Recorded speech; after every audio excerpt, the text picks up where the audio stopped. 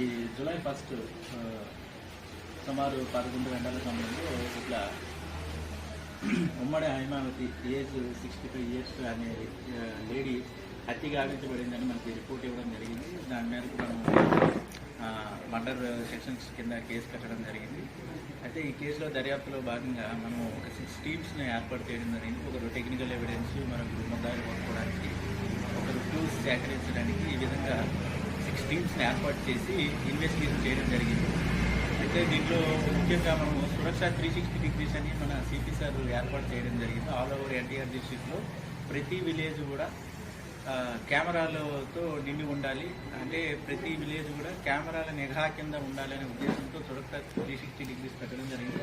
దాని మేరకు ప్రతి ఊర్లో మనము పెట్టడం జరిగింది. సో మన జీకొండూరు మండలం చూస్తే ప్రతి విలేజ్ కూడా ఆ విధంగా కవర్ చేయడం జరిగింది. దీనిలో భాగంగానే మనము ఆ చెబుటూరులో ఉన్న కెమెరాస్లో, అట్లాగే మిగతా విలేజెస్లో ఉన్న కెమెరాస్లో ఉన్న ఏదైతే సీసీటీవీ ఫుటేజ్ ఆధారంగా మనము ముద్దాయి ఐడెంటిఫికేషన్ చేయడం జరిగింది. అతనితో పాటు వచ్చిన ఇంకొక ముద్దాయిని కూడా ఐడెంటిఫై చేయడం జరిగింది. అట్లా వెహికల్ కూడా, వాళ్ళు ఉపయోగించిన వెహికల్ కూడా ఐడెంటిఫై చేయడం జరిగింది.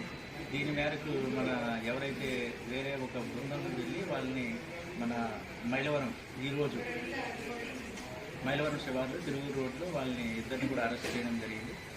అయితే దీని యొక్క నేపథ్యం తీసుకుంటే ఈ చనిపోయిన వ్యక్తికి 4 పిల్లలు ఉండేవాళ్ళు, దాంట్లో 2 చనిపోయారు.